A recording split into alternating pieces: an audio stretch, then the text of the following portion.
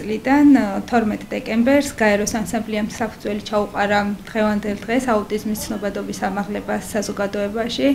აუტიზმი არის ზოგადად თავის ტვინის ნეირობიოლოგიური დარღვევა, გამოხატულია ძირითადად კომუნიკაციის ნაკლებობაში და ჩვენი მიზანია ხელი შეუწყოთ ბავშვების ინტეგრაცია საზოგადოებაში, გავაუმჯობესოთ მათი ფუნქციური უნარები, აკადემიური უნარები, სოციალური უნარები და ხელი შეუწყოთ ინტეგრაცია. სამწუხაროდ არის მზარდი სტატისტიკა, გამოწვევები არის, სირთულეებიც ახლავს თან, რა თქმა უნდა, მაგრამ შრომის პროცესში, როდესაც ჩართულია სპეციალისტი, ჩართულია მშობელი, დღის ცენტრი, სკოლა, ყველა საგანმანათლებლო დაწესებულება და ბავშვიც იღებს იმ მომსახურეობას, რა მომსახურებაც სჭირდება ამ ეტაპისთვის, შედეგები უკვე მიღწევადია.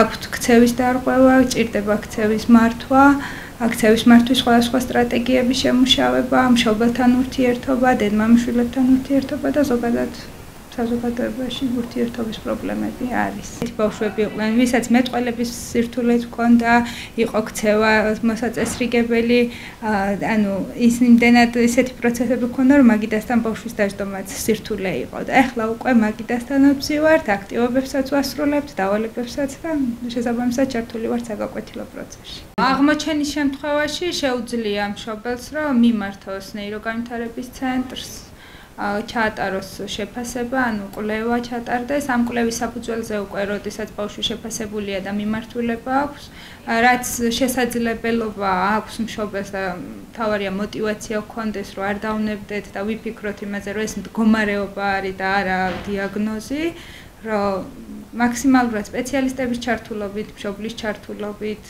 რეაბილიტაციის პროგრამით ერთობლივი ჯაჭვით შეგვიძლია რომ შედეგები დავდოთ. ანუ მართვადია. გააჩნია ხარ ამ მდგომარეობა არის და ზოგადად მართვადია. შესაძლებელია ანუ მუშაობის პროცესში ახლა ჩვენ რასაც შევხებივართ და იყვნენ ბავშვები რთულიც, ძირითადად ყველა რთული ბავშვია. ყვევითი პრობლემაც ჰქონდა, სენსორული პრობლემა, თავისთავად ანუ ახლავს აუტიზმს თან ახლავს და სტრატეგიები მე უკვე რაც არსებობს, რომ უნდა გვჭირდება განრიგი, დღის რუტინა, რა უნდა ვიცოდეთ, რომ როდის რას ვაკეთებთ, წინ და წინ მომზადებულები უნდა ვიყოთ იმისთვის, რომ რა გველოდება და რა არის შემდეგ უნდა გქონდეს. უყვართ ერთი და იგივე გზით სიარული, სტერეოტიპული ქცევები აქვთ.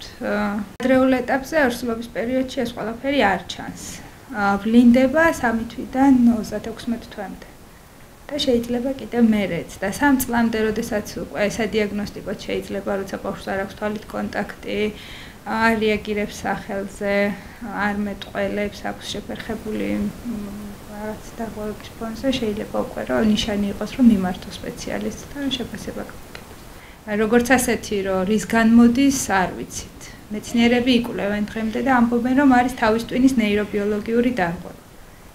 გუნდურობა, კომუნიკაცია, ურთიერთობა, გარემო, თვითონ ადამიანები, ბავშვებთან ურთიერთობა, ეს ყველაფერი ერთად ქმნის ერთ დიდ ოჯახს. და იმედის მომცემია ალბათ ჩვენთვისაც და მშობლების თვალითაც დანახული აქაურო. მე 7 წელია უკვე რაც ორიონში ვარ, ბევრს სწავლობ, დღითი დღე ვითარდები, მეხმარება როგორც ორგანიზაცია, ასევე ბავშვების გამოწვევები, რაც ყოველდღიურად პრაქტიკაში გვხვდება, ბევრს ვსწავლობთ ერთად ვიზრდებით. შედეგი მიღწევადია, დიდი ძალისხმევა ჭირდება, შრომა, პასუხისმგებლობა, რომ რაღაცა მიზანი რო გვაქვს დასახული, რომ ეს მიზანი რეალობად ვაქციოთ, მშობლის მოლოდინი გავამართლოთ, ხელი შეუწყოთ თვითონ ბავშვის განვითარებას, რო ხედავთ ბავშვისთვის წინ გადადგმულ ნაბიჯს, თუნდაც მცირედი პატარა დოზით, ეს მშობლისთვისაც დიდი ბედნიერება არის, ჩვენთვისაც მამოტივირებელი ფაქტორია, რომ უფრო მეტ ბრძოლის უნარიანს გვხდის, რომ კიდე თითო აგურის მშენებლობით ბოლოს მაქსიმალურ შედეგამდე მივიდეთ.